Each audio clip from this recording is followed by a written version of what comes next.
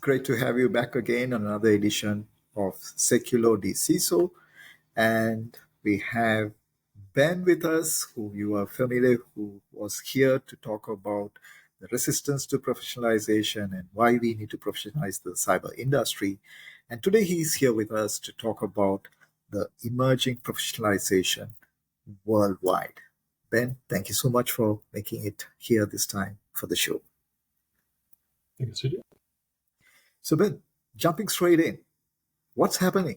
How is the world evolving, or how is the professionalization emerging worldwide? Share some insights.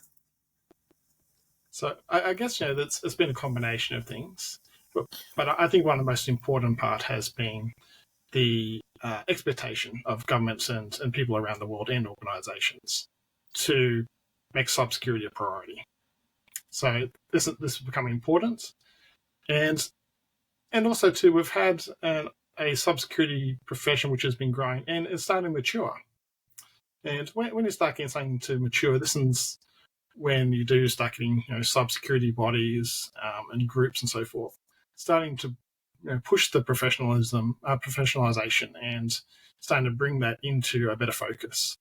So example, it would be like ISC2 and ISACA, which are a fairly international sort of bodies, and they're requiring that you become a member, that you do get trained, you do have competency, you do have a code of ethics, and they have a variety of certifications which you can specialize in within that. So here we are, I've got maturity where it's you just don't have one particular role that you feel that's cybersecurity, as they say.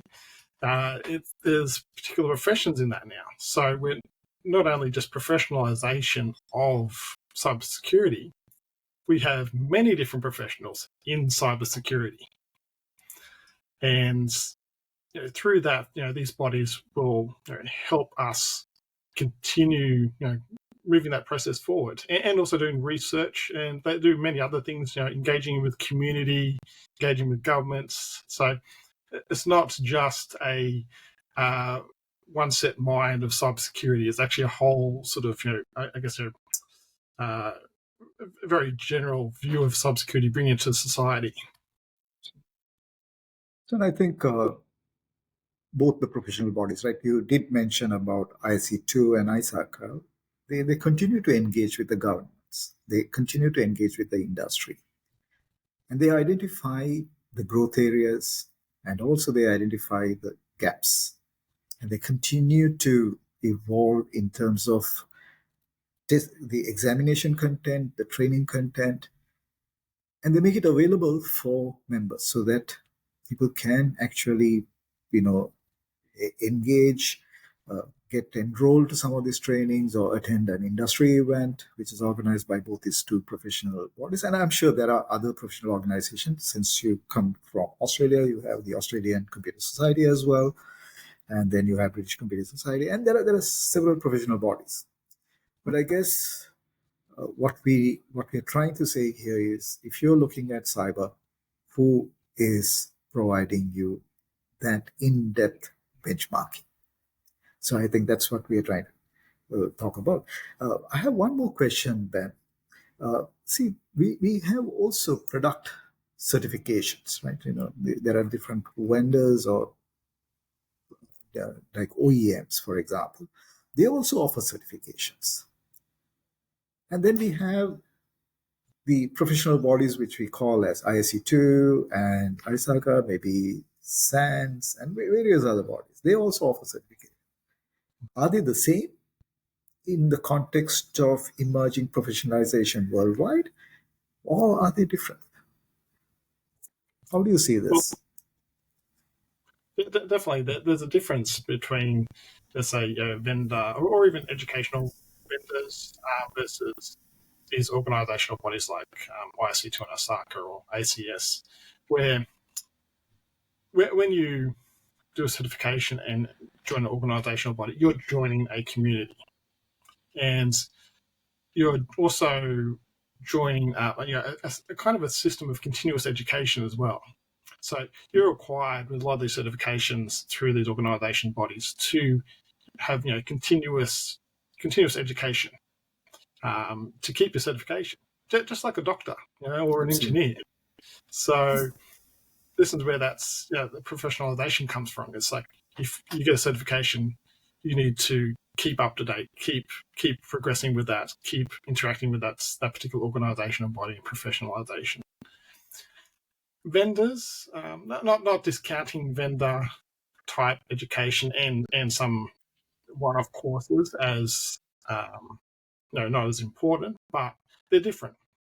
So often they can be time limited in the technology that they're teaching. So a great example of that would be quite a lot of network vendor certificates. Technology changes over time, or OS like operating system certificates, like your Windows 2003 server certificates, probably not particularly valid anymore.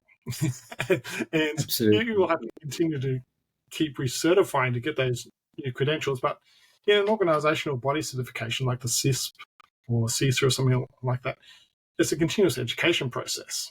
It's like a doctor doesn't recertify as being having to keep becoming a different doctor each time.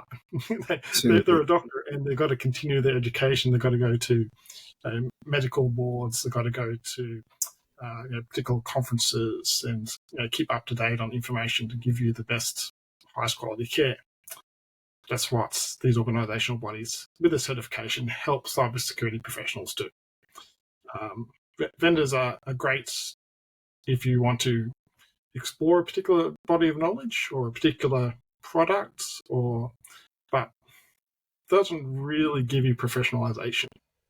Just giving you a little bit of a specialization that may be limited in time. Okay. So that's very interesting. I mean, you use two words, professionalization with, what's the other one you said? Professionalization and product Specialization. specialization, right? So they are not the same, is it? It's not. No, it's not the same. It's Because you can specialize in a product or a service, but that's for the time limit of whatever you're looking at. absolutely. It's like I myself. Even went to university. Did applied artificial intelligence. I Correct. know that my coursework that I did then probably won't be terribly applicable in 10 years' time. Absolutely. So the other thing, Ben, I mean, hearing from you, I mean, what went through my mind is the study content we have for CIS, for ISACA, any certifications is the best practice. It's that concept is taken and applied into the products, right? So maybe it will originate from NIST or various other sources, but we are talking about a body of knowledge which is applied and productized, right? So I guess that makes the difference. So to be a professional, you need to have that breadth, and to be a specialist, you need to have depth, right? So, but you need to understand what the best practice is. Yeah. So with that note, I just want to bring this conversation to a close, Ben. I mean, do you have anything which you want to share before I bring this to a close? Any Um, closing thoughts? I guess just one note is that ISC2 and ISACA are actively involved in going around and looking at professionalisation of the industry.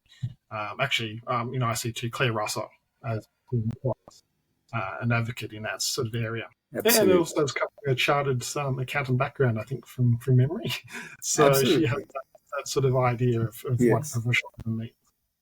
And also, I mean, since you mentioned about Claire, and I recently saw a post where she says that 30% of ISC2 staff, we are not talking about members, we are talking about the staff, they're all CC certified. That's amazing. Right? Yeah, That's a great achievement. So that means people in ISC2 understand cyber, the key people. Right? So I guess that journey is going to evolve. And I guess at some point in time, we're going to see 100% of the staff in ISC2 holding at least one of the ISC2 certification. Right? And that's a bigger strength for us.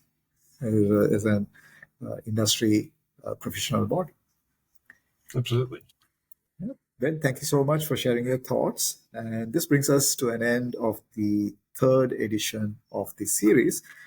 And so far, we have discussed about resistance to professionalization and why we need to professionalize the cyber industry. And today, we discussed the emerging professionalization worldwide. So please watch out for the next edition where we're going to be talking about current state of professionalization globally. Right. So with that note, thank you, Ben, for being here and look forward to seeing you in the next session. Thanks, Sujit.